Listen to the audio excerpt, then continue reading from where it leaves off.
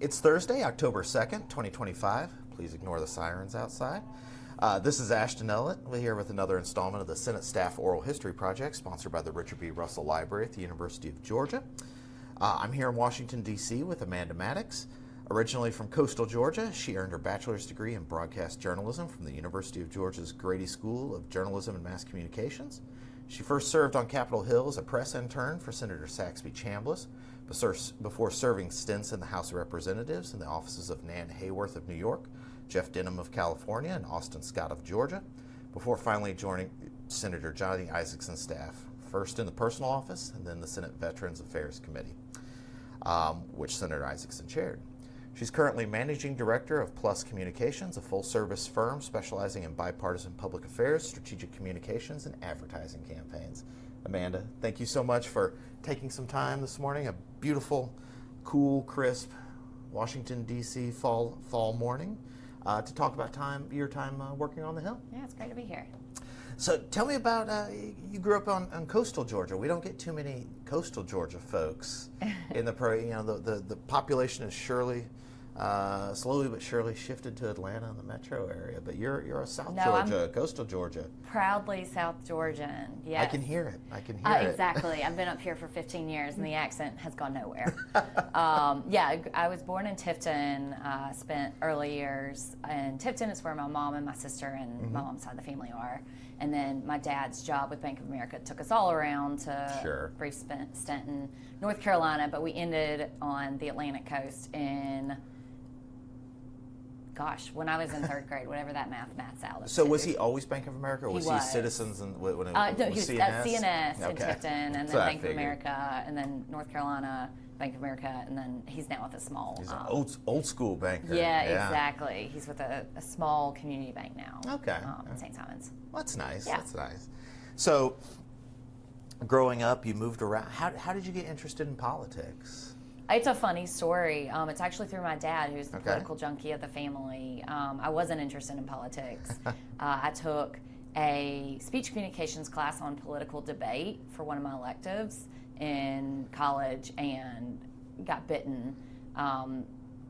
Got interested in talking about the topic with my dad, and so when I graduated with my broadcast degree, that wasn't the route I ended up wanting to go. And so he had an old family friend who was the state director for Senator Chambliss, who, that's a funny story. Yeah. Stephen Meeks, Dad with Bank of America, or probably CNS, financed a show cow for Stephen when he was 13 years old, and they had been friends ever since. So he was able to help me secure an internship with Senator Chambliss in the spring of 2011, so after I'd graduated. So you got up to the Hill as a press intern. That's right. So who would you have reported to? Bronwyn Lance-Chester was the communications director at the time. Charlie Harmon was my boss as chief of staff. And Lauren Claffey was the press secretary. Oh no, I take that back. She was press assistant, and Ashley Saunders. Ashley Saunders Nelson was the press secretary for my first month, and then there was a lot of shakeup that happened in the press office. So what sort of assignments does a press intern? Clips, and funny enough, Senator Chambliss, I'm gonna slip up and call him Saxby because that's what everyone calls him. Perfectly fine. But he wanted his press clippings delivered on his desk when he arrived at 7 a.m., which meant the press intern showed up about 5:30, which was, go from college where if you have to get to an 8 a.m. class, that is like a struggle. So I showed up every day between 5:30. Once I got a little bit more attuned to the work, it was closer to like 5:45, 6, and had his clips on his desk at 7 o'clock every day. And from there, they were really, the communications director and the press team were so eager to give me experience, and so I helped with researching speeches, with writing press releases. I did all of their proofing. I wrote a memo for Charlie on why Saxby should get Facebook and Twitter. which he had not had either. His campaign had a Facebook page, but he did not have either. So wrote a memo for them on why he should get Facebook and Twitter, which he did later on. I look forward to that. I hope that paper floats somewhere. I hope we desk. can dig that up at Russell Library. I'll have to look for that. Speaking of Senator Russell, I helped write a speech on Senator Russell. Really? For Senator Chambliss to deliver. I have no recollection if anything I wrote actually ended up in the speech that he delivered. Right. I can't remember what the milestone event was, but it was something significant. Anyways. Yeah. So that was cool. But the press secretary, Ashley, left, and Lauren had left just a few weeks before for a job on the House side. Ashley left, I can't remember, to go work somewhere else. And so it was me and Bronwyn in the trenches for almost a month before Lauren came back to assume the role of press secretary. And so I really got a hands-on experience. I was writing the press releases for her. I was doing all of the kind of first drafts of memos for the senator on interviews. I was the staffer with him for interviews. I laugh, and he probably will be mortified if this ends up in archives, but they gave me a compact on the first interview. I accompanied in the Russell Rotunda, and I was like, what's this for? And they were like, to powder the bald spot, because it's shown. So and he stood there, and I think he knew, and I knew, and I was like, Senator, and he was like, yeah, and I was like, they told me, and he was like, yeah, just bend over. So every day was different. It was an awesome experience. I joke, but truth be told, I on day like 2 or 3 emailed my dad, and I was like, love it, I'm not leaving. This is where I'm staying. So I came up with 2 suitcases, and I stayed for, this is now my 15th year. It was a great experience and a great introduction to, they were just a machine, a well-oiled machine. And it was a great introduction to how a Senate office should run, how a Georgia delegation should communicate amongst each other. Like, the senator was, the shining example, but it trickled all the way down to staff, that we did everything in lockstep for the benefit of the state. So you're an intern, but you're obviously doing staff level work because of turnover and things like that. And every senator's relationship with the press is different. Yes. Some have great relationships, some not so much. What was Saxby or Senator Chambliss's relationship with the press like? He never shirked from talking to the press or doing interviews. He actually was on a national platform at the time because he was part of a gang of 6. Yep. Yeah. So he did a lot of national interviews. We did a lot of kind of shoulder to shoulder with Dick Durbin, with some of the other members. This was the immigration. This was actually on reducing the deficit. Yeah, okay. There's so many gangs, I forget. No, you're right. So Johnny was part of the gang on immigration. Okay, there we go. Yeah, I know, the Johnny and Saxby being called gang members is just hilarious. But no, this one was on their great plan to reduce the deficit. It did dabble in the areas of Medicare and Social Security, which were portrayed as cuts, but were more like adjustments on. This was on the heels of Simpson Bowles. There we go. Right. Okay. Exactly. All right. Yep. So I'm caught up. Yep. So he was in a lot of national press at that time. Right. He was great. He, needed very little prep. Bronwyn would sit him down, tell him who he's talking to, give him kind of the up and down. He might look at his notes, he might not, and then would do a remarkable job on TV. So it was a master class for sure. He never struck me as, or Johnny, as like press hounds. No, who were neither one of them were. And I learned a lot. So Saxby did, and Ashley instituted this, I think, but Saxby did either once a month or every other week a sat time with only local press. So they would, so the Senate office would buy the sat time, and he would go into this recording studio, and they sent out an all call, and anyone who wanted to take him up on it had, their 5 minutes or whatever to interview the senator for local TV. Saxby was much more comfortable talking to like the Macon press than he was obviously doing Chris Matthews. So that was kind of fun to watch too. And when I went to Johnny's office, Johnny rarely did national press, and that I think it had been 5 years on the Hill at that point. Like, I had learned the value, what I kind of witnessed in Saxby's office. I had learned the value that the local press where the voters are, where your Sure. constituents are, and where people care. But neither one of them were show horses. They were, I want to get stuff done, and if press Right. comes with the territory, I will do it because it's my job, but it's not something that either one of them sought out. Yeah, it's funny you mentioned Chris Matthews. That was actually my introduction to Georgia politics. You probably would have still been in high school. I was a freshman in college during the 2004 Republican National Convention. Yeah, I know you're going. And I'm sitting in my dorm room in Fulton, Missouri, watching MSNBC's coverage, and Zell Miller Yep. is on, and he threatens to shoot Chris Matthews in a duel. Yep. And I'm sitting there, I was like, who is this guy? This Oh, is yeah. wild. And it's like, Zell Miller, Democrat, Georgia. Yep. I was like, that's crazy. And then, lo and behold, all these years later, I wind up working at the Russell Library where Governor Miller's papers are. And, Comes full circle. And it was just like, It's pretty cool. who knew? Who knew? But yeah, Chris Matthews and Zell Miller, that was my introduction to Georgia politics as a college freshman. I know.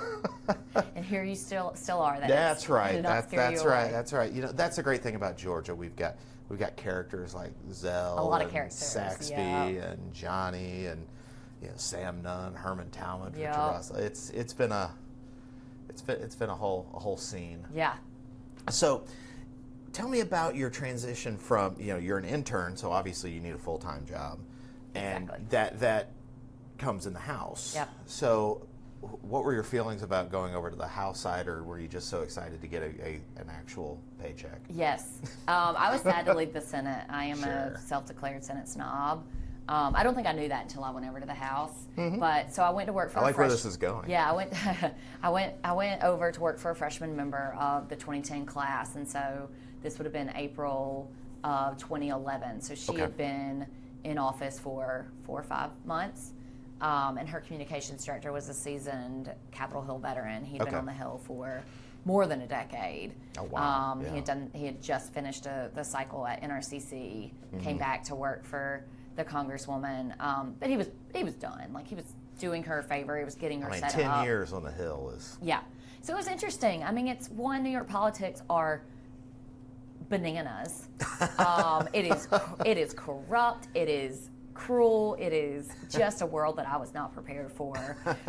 Jonathan Day, who was my chief of staff, is still a close friend, was just a good person. But he sat me down. He was like, Nan loved you. You're only here because she loved you in your interview. However, you cannot pick up the phone and talk to reporters. They won't take you seriously. They'll hear your voice and they'll hang up on you. They'll think it's a joke. And he was like, I'm not saying this to be cruel. It's just the reality. And so it was interesting because I don't think I was, I obviously wasn't. I came from intern to deputy press secretary. I wasn't ready to talk to reporters. But it did teach me a lot about, learning a new personality type and learning how to work with people. They were much more direct. And so hey, how are you doing? I hope you had a good weekend. That was a waste of their time. It didn't fly. So some of the Southern mannerisms did not translate. But it was interesting. She also represented a district, which is still cut this way, where half her district was, blue-blooded liberals, but the other half were farmland across the Hudson, in the Hudson Valley. Mm-hmm. And so it was interesting. I was like, okay, I can relate to these people. I know how to talk to these people. And so I did. I sort of walked a tightrope. So I learned a lot. Learned a ton from the communications director, who's sort of one foot out the door. Sure. And so he put more and more and more on my plate. So it was a great learning opportunity. And they wanted me to travel. New York is so close that anytime she had an interview, I was on the shuttle up to be with her and then back down the next day. I learned how to travel without a suitcase, which was glorious. It's awesome. I'm still learning that yeah, it's skill. Amazing. You just go with a briefcase and that's that. The best I have gotten to was a carry-on to Europe.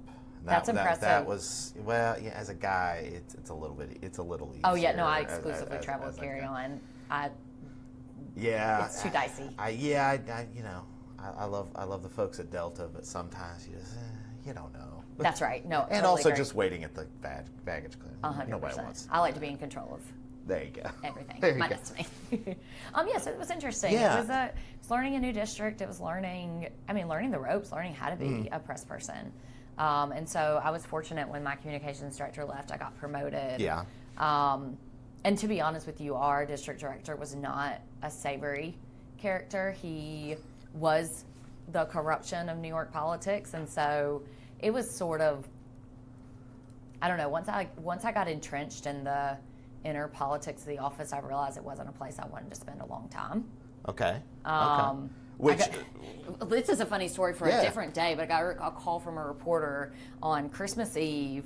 The communications director had been gone the communications director left the week before Hurricane Sandy. So I got to deal with all that by myself. Anyways, fast forward a few months, Christmas Eve, I get a call from a reporter from the New York Post, which nobody wants to talk to a reporter from the New York Post in general. And he was like, I want to talk to you about, I won't name names, but we have a tip that his home was raided by the FBI last night and he's in custody under questioning right now. And I was like, oh, cool. I was like, I don't know anything about that. It's Christmas Eve. Oh, cool. I got to call you back. And never called him back. I mean, I had no business dabbling in that. That was political. He was also the campaign manager at the same time as being a district director, which also... Did that tip wind up to be true? Yeah, okay. 100%. Okay. Yeah. And it actually ended up being less unsavory than some things, but I think he took bad money on the campaign and didn't report it right. It was less than what could have been, but it was a thing. It was a thing that press teams never. I was not equipped to deal with at 23 years old, maybe 22, 23 years old. But a great learning experience. Yeah, for sure. Never pick up the phone when it says 212 area code. Maybe don't always, you don't have to take every piece of advice. That's right. But it sounds like it was one of those things, a great learning experience, had its high points, but you were looking for... Totally. Great. I was there for 15 months. It was a great learning experience. Yeah. The Congresswoman, we got along really, really well. Right. I learned sort of how to be a grown-up at the table to assert my opinions. It was a wonderful learning experience from my first job on the Hill. So from the Hudson River Valley, you then traveled over to the Central Valley. The Central Valley of California. From one liberal coast to the next. It was a friend of a friend. As liberal as the Central Valley is. It was the communications director who had departed Nan Hayward's office who helped me. Okay. His pseudo girlfriend. It was worst kept secret. Was roommates with the legislative director, or maybe it was just legislative assistant. Anyways, as things work in the Hills, someone knew someone who helped me get the job in Denham's office, and that was just like, he was such a great person. He respected me. It was and I was communications director for the first time, and it was a really great opportunity to really kind of plant my feet on the ground and charge forth with my own communication strategy and be able to assert myself in the role a little bit more, which is awesome.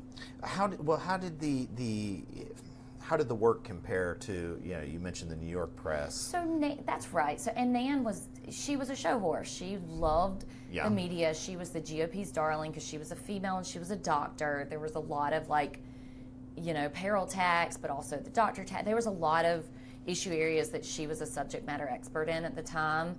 And so she was a media darling. We went to New Jersey to Squawk Box probably 25 times in the 15 months that I worked there. Jeff was not. He didn't care to do media. The media, it was either the Bay media, which didn't care for him either, or the local two-man shops at the Oakdale Leader and the Tussin, whatever, the small paper. So it was a total 180. But like Nan, he wanted me to get in the district. I think my second week I went out. This is also a funny story. I went out my second week coming from working for a Westchester County, New York female in my J. Crew factory power suit and some stilettos, some high heels I had no business wearing in the Central Valley of California, to tour a wind farm. And Jeff looked at me. I'd worked for him for a week and was like, no. He was like, do you have something else? And I was like, what do you mean? And he was like, do you have boots? And I was like, I do have boots. So I brought my I'm from Waycross. Of course exactly. I brought my I literally changed the back of my rental car into my jeans from Waycross and my boots, and had the blazer on, and that was my uniform for the week. So it's so funny. It's such a night and day difference. But those people are my people. The Central Valley and South Georgia, rural South Georgia, they are simpatico. So it was an awesome experience. His district bled into Yosemite, and so our district director had a big cabin in Yosemite. So when we came, we didn't stay in hotels. We stayed in the cabin. It was really cool. Yeah. It was a really cool experience. And Jeff became, like, I babysat his kids and dog sat his dog when he'd go back to the district. Like, I became a member of the family. Like, it was just a really welcoming, warm office. You have to really trust somebody with, kids, and Yeah, they're resilient. The dog. Now the dog. It's the dog that, like, yes, it was, he would leave for a week and Lily would be mine, and she would come to the office with me. Johnny loved her. So were you primarily, with your press operation, was it primarily constituent service projects in the district or ag issues? We did a lot. So Jeff was really, he had a great district office. And so they did a ton of events in the district. We did a job fair probably once a quarter that got a lot of media. We did a ton of media tours. So we'd go to the wind farms and invite the cameras to come along, that type of thing. He was a veteran. He was an Air Force veteran. And so we did a ton with veterans groups. And so it was organizing those events, making sure the media knew about them, that they came, that they knew why they were important. And so we did a lot of in-district press events. And then when we were in D.C., he was a member of the WHIP team. And so there were a lot of stakeouts that I had to, go elbow to elbow with press and talk to reporters for the half hour they were in the room about, what they may or may not be talking about. And so it was interesting because he was he got the national media attention. He didn't care for it, but we sort of straddled the line. And he was vulnerable, and so he was always kind of taken care of by leadership as well, which was awesome. So, you're at this office. How did you finally make your way back to Georgia? Was that a thing where you wanted to be back in Georgia, or was it a promotion? I was ready to come back to the delegation. I see. You miss out on a lot when you're not in the delegation, not just in the professional sense, but there's a lot of camaraderie and team building. My best friends were from New York and California. And so the Hill offices are like that, right? You build families, you build friend groups, you're in the trenches together. So I really was eager to cut my I said that I wanted to go to work for Saxby again. That was like the ultimate goal, was to get back to Saxby's office in a position where I was either his number one or number two in the press office. And so I knew to get there, I needed to come back to the delegation. So Bronwyn, who was my communications director and has remained my mentor for the 15 years I've been up here, she put me in touch with Joby Young, who was Austin's chief of staff at the time, for a coffee. I didn't realize that they were looking, or they actually weren't looking for someone at the time, but it was for a coffee, and there were no niceties. Joby sat down with me and immediately started grilling me. It was an interview from the get, and I was like, I'm sorry, what's happening? And he was the caffeine hasn't kicked in. He was like, our communications director just said she wanted to leave yesterday. She doesn't have a job yet, but she's leaving imminently, and I want to bring you in for an interview with Austin. You're from Tipton. I went to the same church as Austin. Like, we had a lot of wires that crossed. Austin had grown distrustful of his current communications director, and it had really put a rift in the office. It was very ugly. Austin was angry all the time. He didn't really want to talk to anyone. The communications director was not happy either. Anyways, it wasn't a good situation. So he was like, just come in, talk to Austin, meet him, see what you think, and then we can talk about the job. And so I met him, had a good conversation. I'd been kind of pre-warned that he, had a short fuse and was at this time very disenchanted with Washington. He'd been up there for 2 years and was fed up with Boehner, fed up with leadership, fed up with the job, was tired of being a voice that nobody really wanted to hear. So we sat down and we just talked, and he was like, tell me about Jeff, tell me about Nan, tell me what you did, tell me about Saxby. And so we talked about all my past jobs, the things that worked, things that didn't work, the things that I thought, I could bring to the table. He was like, tell me about national media. I was like, I think it's a waste of time. And he was like, good. My last person, that's all she wanted me to do was national media. And I was like, no, I think you should be down, sitting with the editorial board of the Tipton Gazette before you go sit in front of national media. So that worked to my benefit, and that was from the school of Saxby and carried it on and on, which was wonderful. And so they offered me the job pretty much on the spot. Like, I went back to Joby's office, and he was like, I don't know what your current situation is, but we'd like you to start immediately.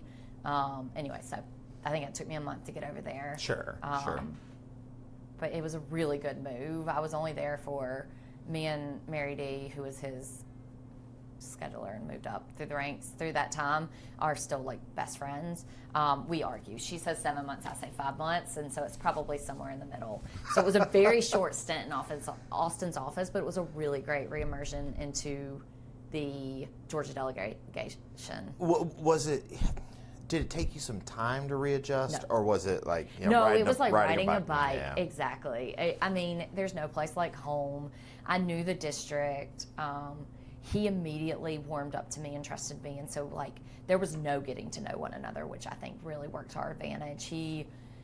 His number one way to reach constituents at that time was telephone town halls, and we did them once a week, and they were a 90-minute ordeal. It was an undertaking because he kind of got impatient with them, and he felt unprepared. Like if we threw a question at him that he didn't understand, or we could control what someone on the phone told us they were going to ask, but we couldn't control what they ultimately asked live. And so if they went off script at all, he got a little flustered. And so that was a really we were in the trenches. Like we got to know each other really well, which is interesting. But it also gave me good exposure. I had never had to really prep a boss for public speaking, and that gave me a really good experience, taking the issues, distilling them down, talking through the tough questions and how we get back to, our message, and being a teacher, which was interesting.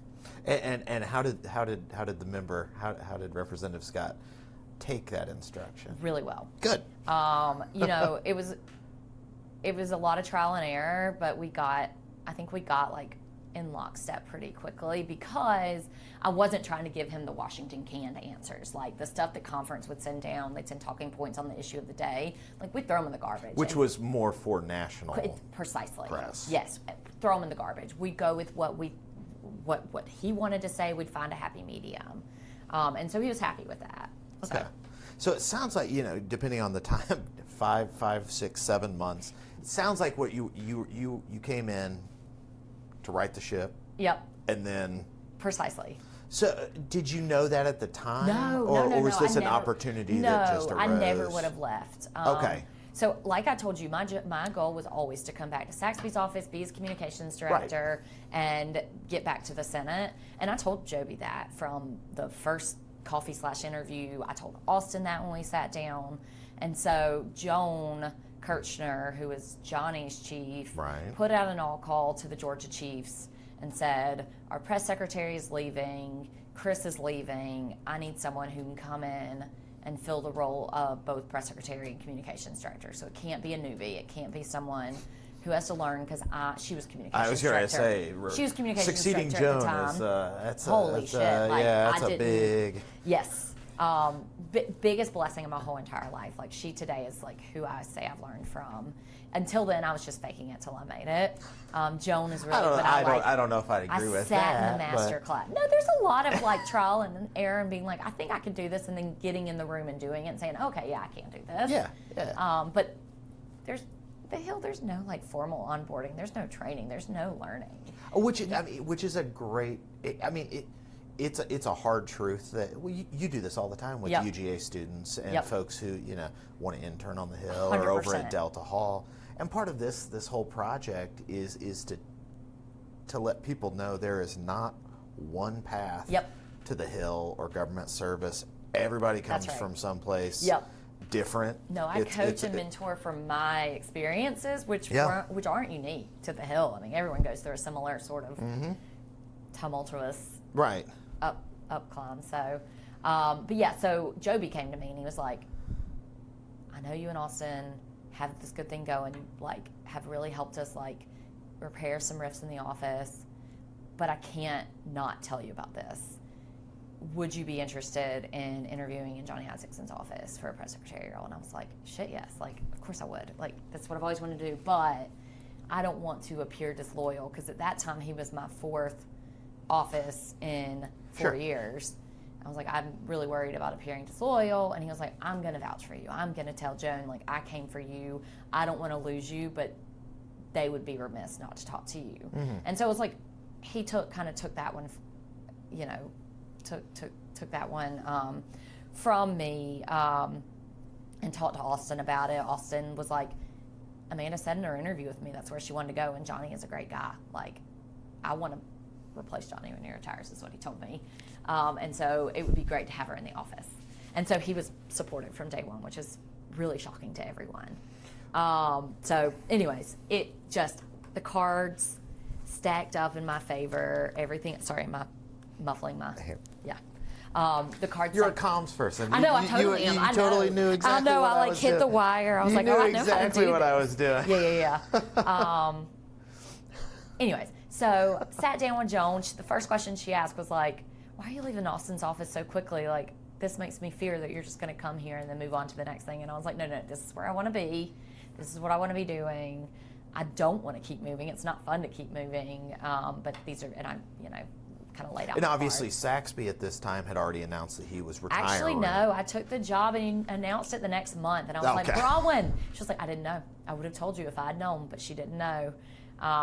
So I had a little bit of regret. I was like, how can this be that I took the job in Johnny's office and then Saxby where I wanted to be?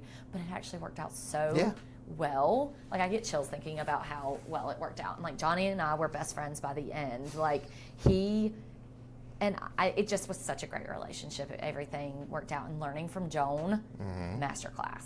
I mean, the consummate professional. She taught me how to exude confidence, how to make good decisions. Her instincts were always spot on. So was that had to be something unique for a press secretary, comms director to report to a chief who had come up through the ranks doing that work. 100%. Johnny is unique in that he was cheap as dirt and didn't see the need to hire. Joan was also the legislative director for a stint. Didn't see the That's need. What Brett was saying. Yeah. If Joan was doing a good job, why spend the money? This is the taxpayers' money. He used to brag every year about how much he gave back to the Treasury. That is such a Georgia senator. It's such a Georgia thing. And like Johnny and Saxby would compare salaries. So when Lauren and Ashley left Saxby's office, the reason Charlie told me he couldn't hire me for press assistant was because Johnny was pinching the pennies and Johnny was under Saxby's budget. And that's why they didn't have room to like budge in where they were at, because Lauren cost more to come back. And he like sat me down and explained all this. So it's just like, it made me laugh down the road. I'm like, yeah, now I'm also on the receiving end of Johnny's cheapness, because that's a lot of work to be. Joan wasn't the communications director by default. She was a teacher and she was there to counsel me, but she wasn't doing the job. She wasn't lifting the pen. So she wasn't talking to the reporters. She wasn't briefing the boss. So it was like, it was the best of both worlds, because I got to be both positions while learning and being coached and making sure that I was steered in the right direction. And I wasn't misguiding Johnny in the counsel and the guidance that I gave him. So after his re-elect, Joan formally took a step back as communications director and finally gave me the title, which every press secretary before me had asked for and never gotten. So it was cool. It was like a moment of recognition, and then she fully stepped back. Yeah. Which was... So that would have been the 16 re-elect? Yeah. So November 16 is when I got promoted, which was awesome. So having worked for Saxby and Johnny, how would you compare and contrast them as politicians, as elected officials, their styles, their temperaments, things like that? So they both were... Their temperaments were both very similar in that they were even keel. Nothing got them ruffled. They approached every problem with this cool, calm, like, okay, what do we do about it? Like, I'm not going to get stuck in the weeds of this is an issue, or this is my detractor, or this is what the other side is saying. It was okay, how do we beat this? How do we best the enemy? What solution makes sense? And so that to me was just like a master class in how to approach conflict.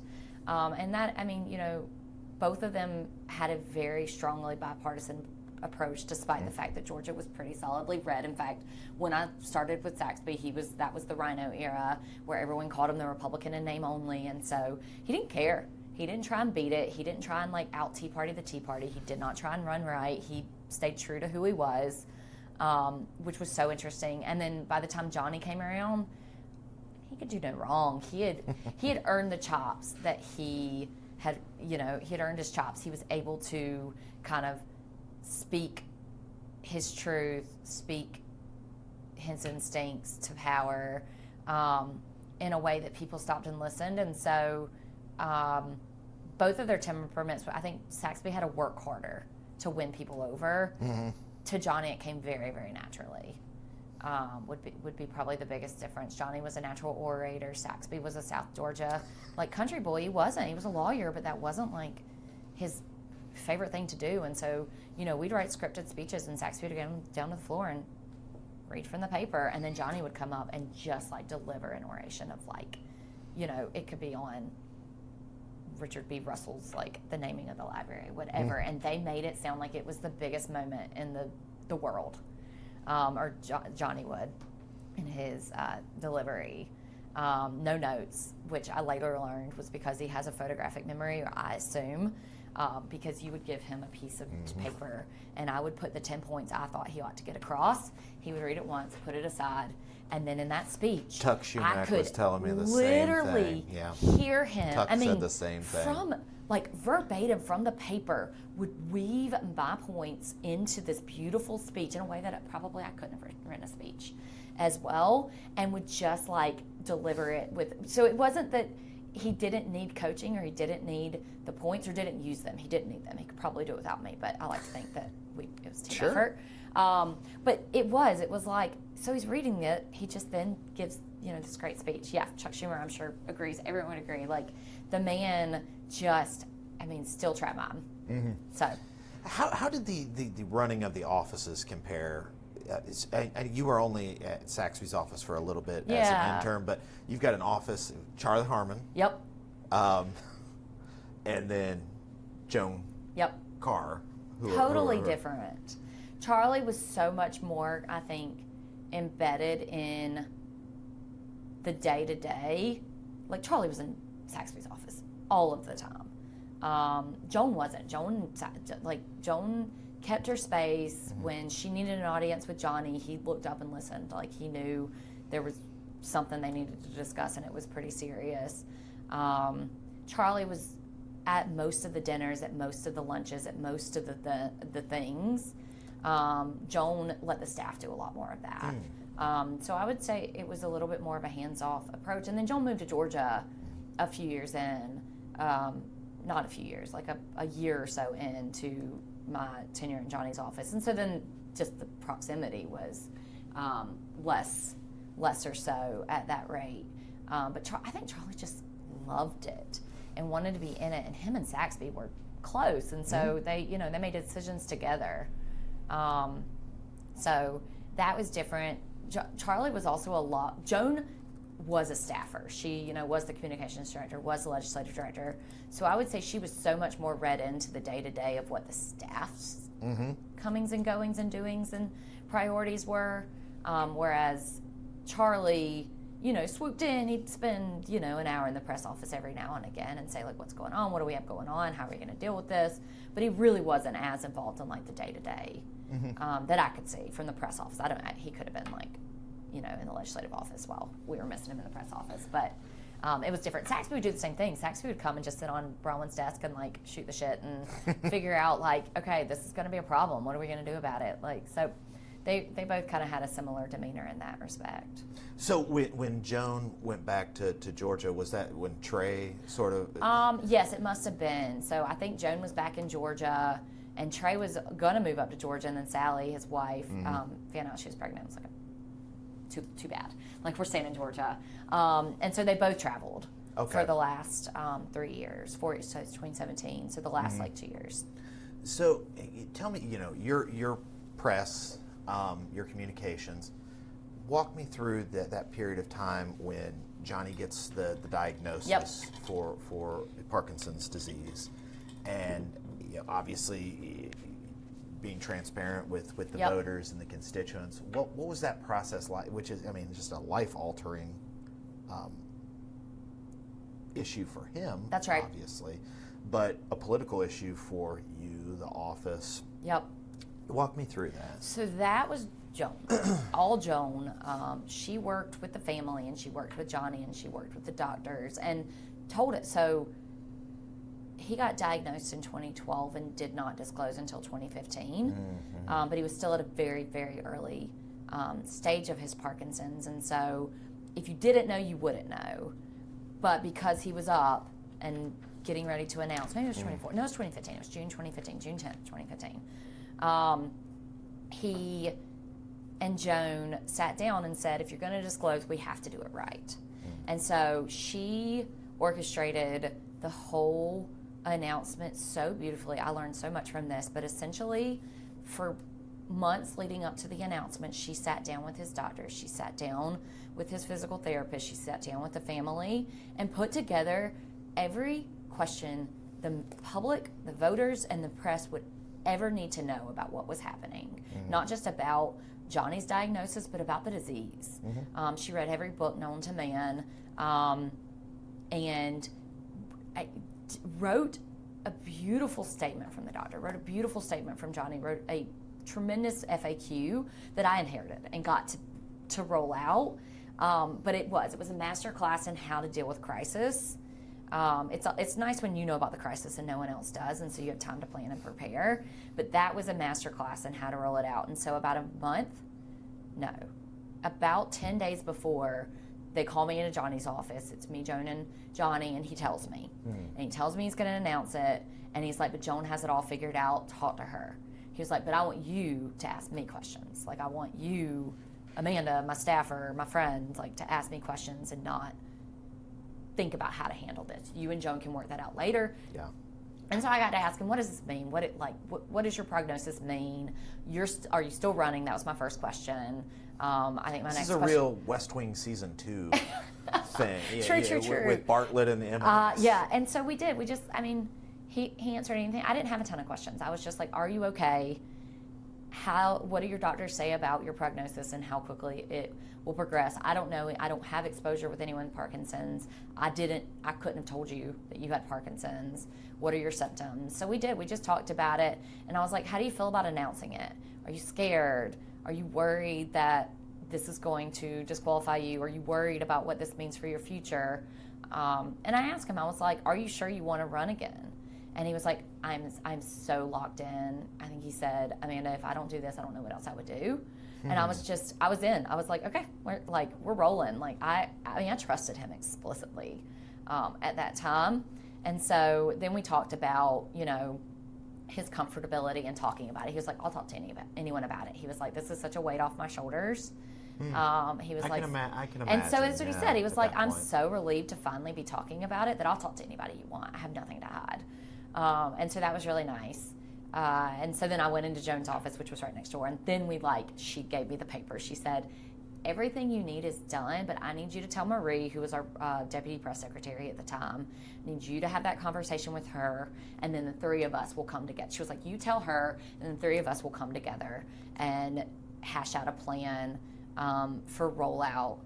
And it was this like one day rollout. We conferenced in Galloway. We had Bluestein on the line no, I don't even think Bluestein was there. I think it was Galloway and Daniel Malloy, who was the correspondent for AJC at that time. Love that kid. Love that guy. He was not a kid. He's older than me. Love that guy in the room. And at the very last minute, the press release. So the press release goes out under embargo as we're sitting down with them for the interview, and the front office calls me and they're like, WSB's got a camera outside. I'm like, how? And they're like, they saw the ticker from the press release under embargo, and immediately Justin Gray, who's in Atlanta now, flies over with Kevin, his camera guy, and is standing in the hallway. And I look at Johnny and I was like, I think you should go on camera. I think we should do this together. How do you feel about that? And he was like, Amanda, I'm all in. And so we do. I go in the hallway and I'm like, you could thank Johnny Isaacson for this. Come on. And we like rush him into the office, and then we do a sit down with them as well, which I love Justin. No one could have handled that conversation better. He had illness in his family. He handled it so well, and it was such a natural conversation that, and in fact, Justin and Daniel ended up doing like a side-by-side interview where they both asked questions with Galloway Conference. And it all worked out well, and we were glad to do it. And then the national media, there was a Washington Post alert, which I never thought would have happened. Like didn't feel like that big of news until I took a step back. But yeah, so that all happened. We rolled it out with the press. We had the press release, the FAQ, and it was a one-day story, which is because of Joan, because of how she orchestrated it. We talked about it and we were done with it. There were very few naysayers that came out in the early days and said he shouldn't run, he shouldn't, he should step down, whatever. Not one person said that. He proved himself in those interviews, and that's why I think the TV was so, while not planned, worked out so well. If people could see him when they heard this news and see he wasn't frail, see he was still, sharp of mind. He had such a great voice for interviews. He had this deep, baritone. And so it was a great visual to accompany this news of what was a degenerative disease that not a lot of people knew a lot about, besides, the Michael J. Foxes of the world, which are the worst case scenarios of symptoms. Which is what 90% of folks who don't have experience with Correct. it go So I get to. chills thinking about it. Like, it could have gone so differently, but I'm just so grateful, the professional in me, that I had Joan to learn from in that moment, in the way that she handled it. And Johnny, obviously, as well. And so it was a one-day story, and then the trickle down from that is the first time he went to the floor. This all happened, I think, on the first day of votes. I can't remember. I had to go back and look. But anyways, the first time they went back to the floor, I watched C-SPAN, and just all the senators coming up and hugging him and shaking his hand and greeting him like he was their long-lost uncle that they hadn't seen for a decade. Like, it was just beautiful. I cried. It was beautiful to see how beloved he was in that moment. It was a great day. What could have been like a really sad, hard day was a great day. He had a weight lifted off of him. He was 10 pounds lighter for the rest of that time, after he got this off his shoulders. So, I mean, just sort of jumping around a little bit, but continuing the theme of the Parkinson's and his grappling with it.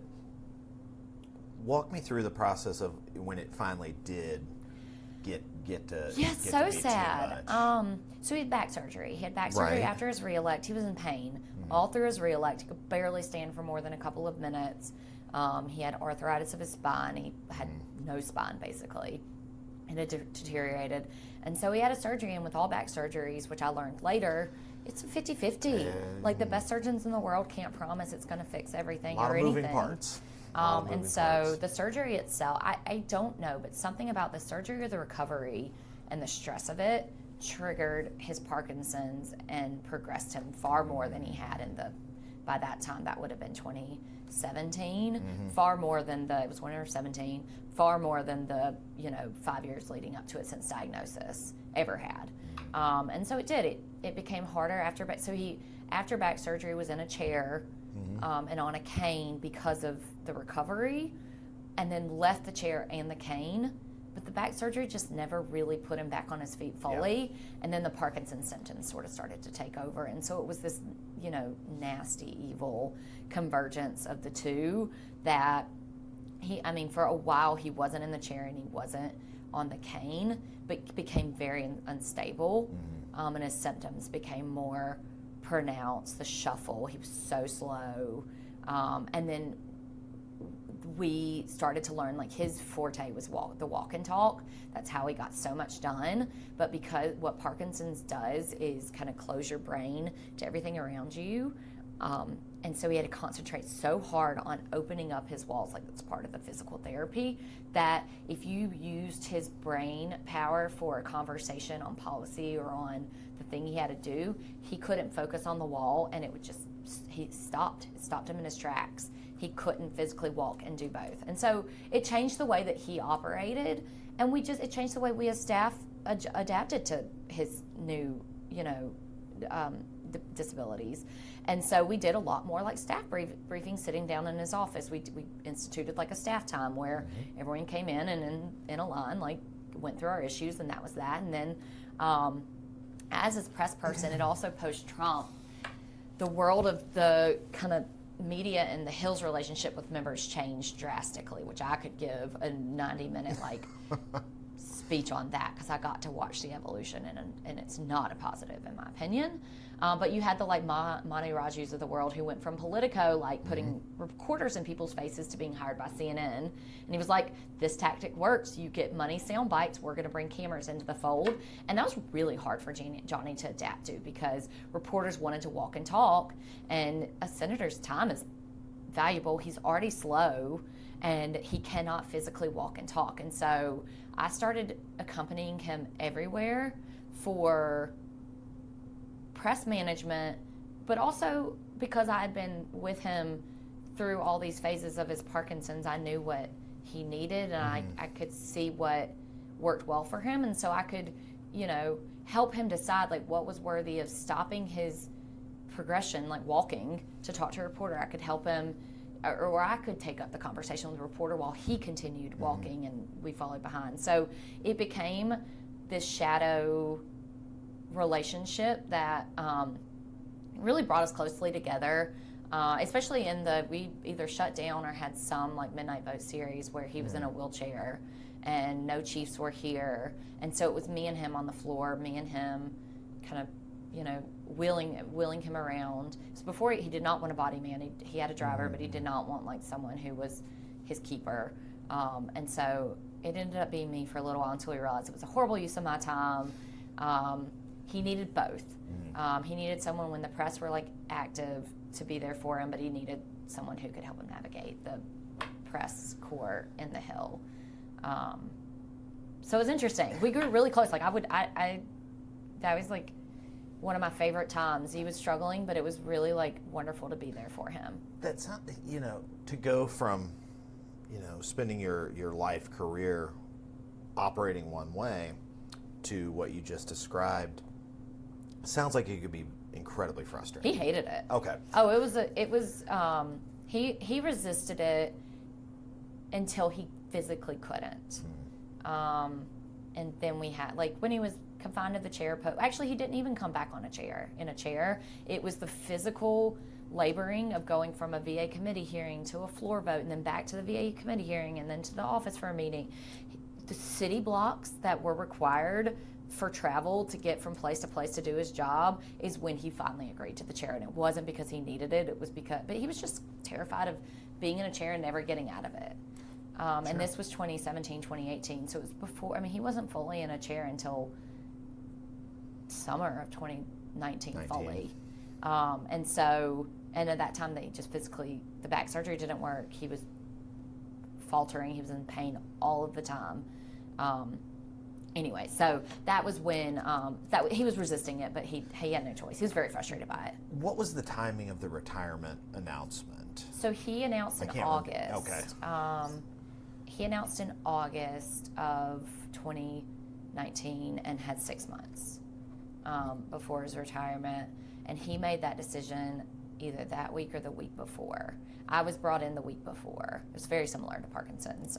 He made that decision with his sort of inner circle, Joan Heath and Trey and Edward Tate. And then I was brought in a week before we announced. And that I did write all of the materials for the announcement for that. And I did give Bluestein and Galloway a call to give them a heads up. In fact, Bluestein was texting me because someone else wanted to run it. Text in his sleep. That's what Greg does. And Johnny was so particular that he wanted to make those calls and he wanted to tell his staff first, but Bluestein had confirmation from one of the governor's office, I think it was from Kemp's office, that it was happening and wanted to report it. And God bless that man. He texted me. He was like, I have it. I don't need you, but can I run it? And I was like, you cannot. Johnny has a meeting with his full team of 50 in 15 minutes. And when he walks into that room, you can run it. And so I texted him. As soon as he had made the announcement, I texted Blue and I said, go. But God bless that man for having a soul. He did not have to wait for me. But the last thing I wanted was a news alert as his team of like, Right. from 20 years. I mean, we had people from Coverdale who had been with Johnny from day one. That was the last thing I wanted, was the press to be the ones to announce it. It was sad. We all cried that day. It was like, I have pictures of Trey just laying in my office, like, what are we going to do? Like, it was a very sad day. I don't know, it felt like the end of like all of our careers, and it wasn't. And then we were able to like kind of pick ourselves up and Sure, but in the moment, and run through the tape. Yeah. But yeah, it was hard. I mean, because you could tell he didn't want to do it, but knew he didn't have a choice physically. Yeah. And the political reality of the timing, I know is what forced his hand to make the announcement when he did. He'd also, we didn't really cover this up, but he had gotten a cancer diagnosis at the same time. I had forgotten about that. And so they found a spot on his kidney, I think it was, liver or kidney, I can't remember, one of his organs. And so that was really the kicker.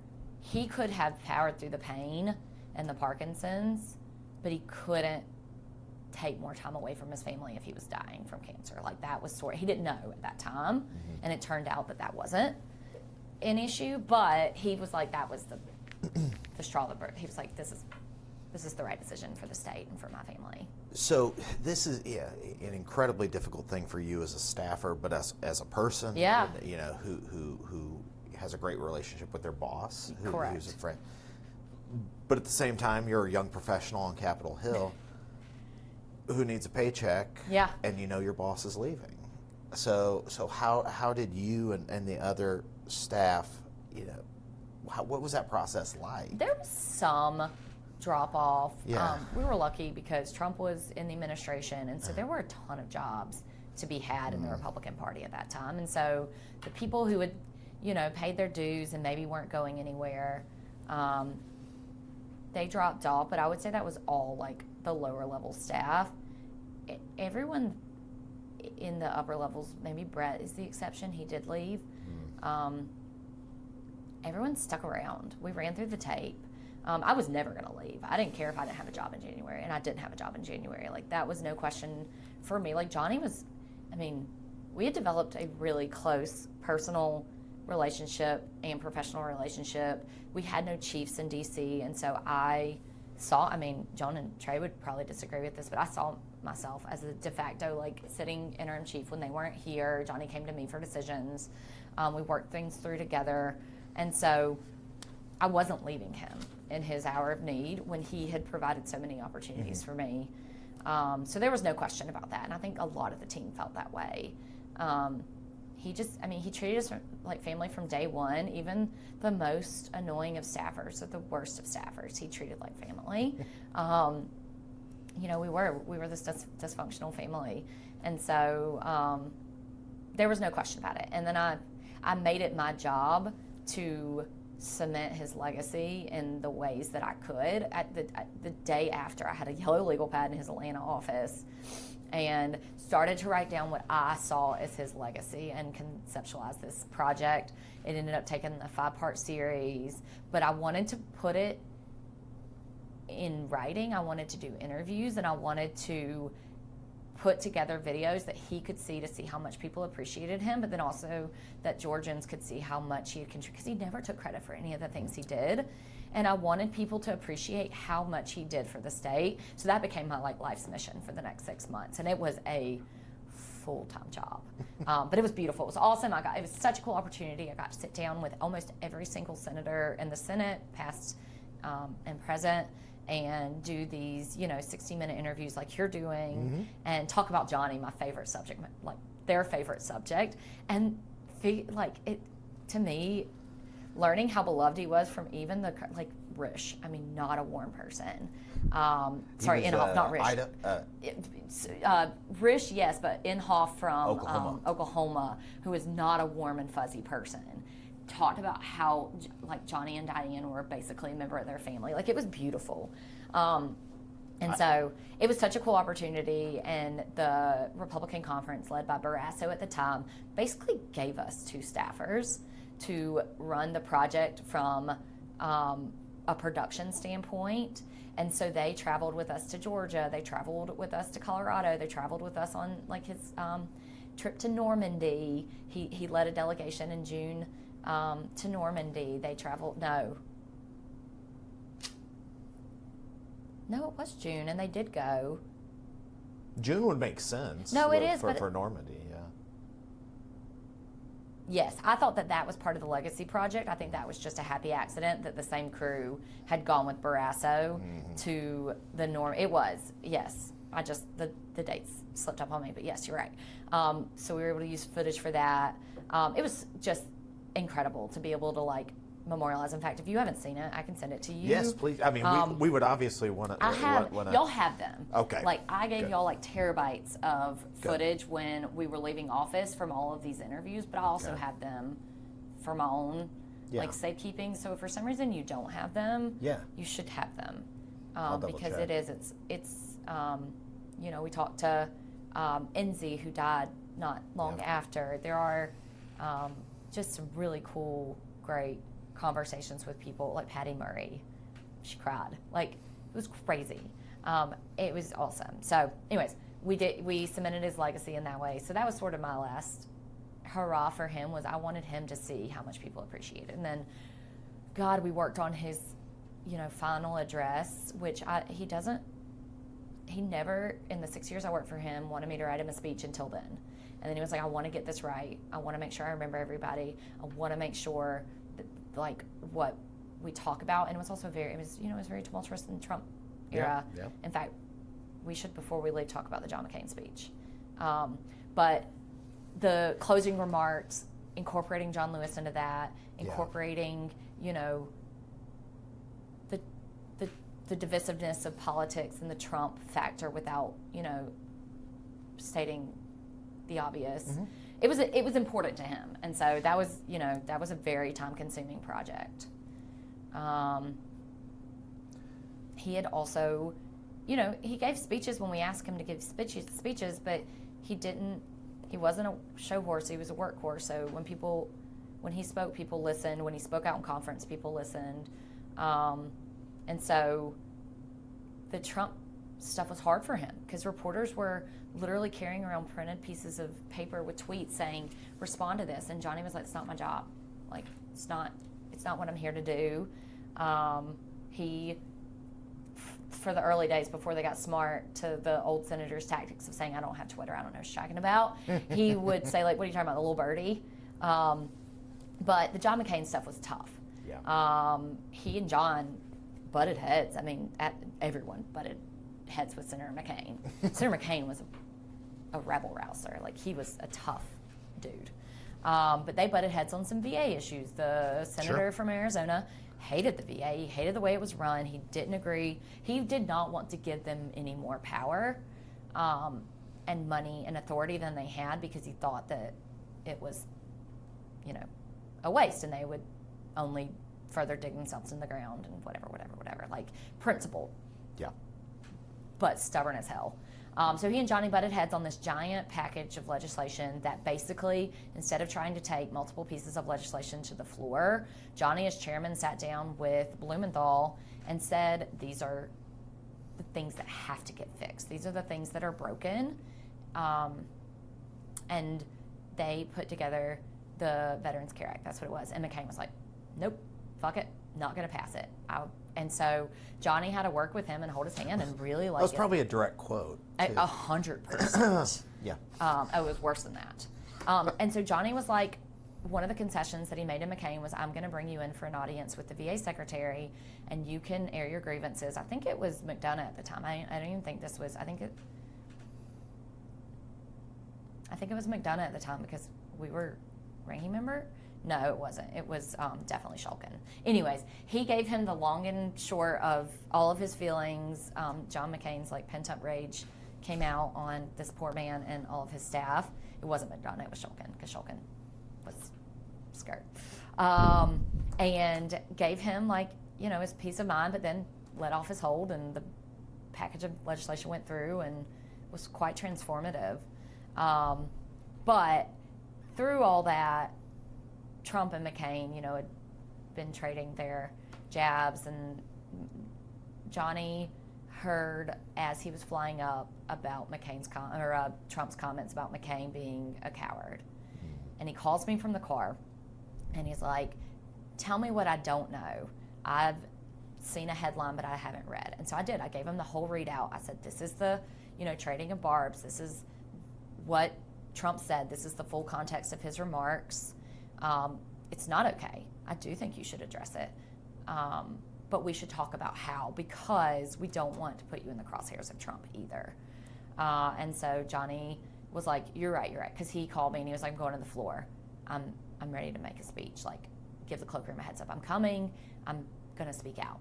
And so then I talk him down. He says, okay, I'll come to the office first. We'll talk about it. We'll think about it.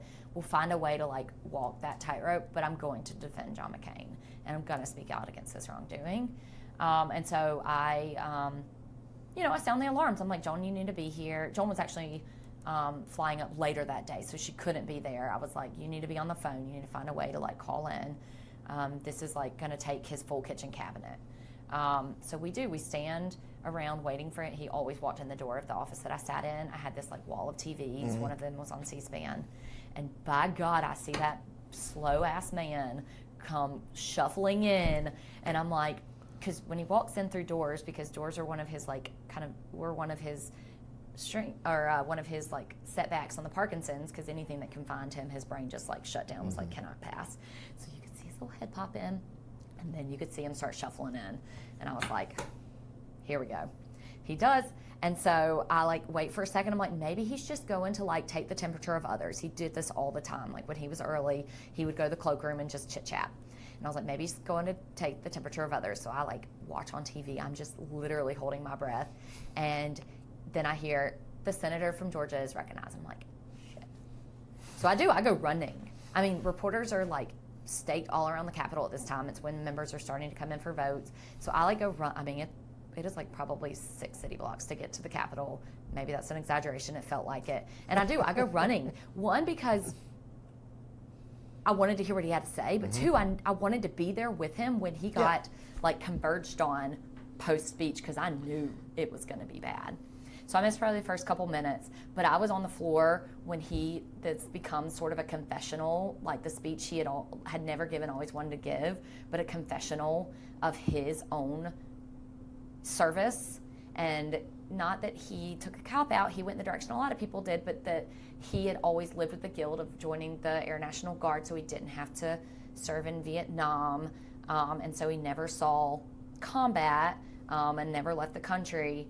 And so that like was wrapped into his speech on what a hero John was, and that he stood up and was basically using his own service record to call Trump a coward and to say, you don't have any right to speak against this man because you and I did not stand up to fight in the way that he did. We took the easy way out.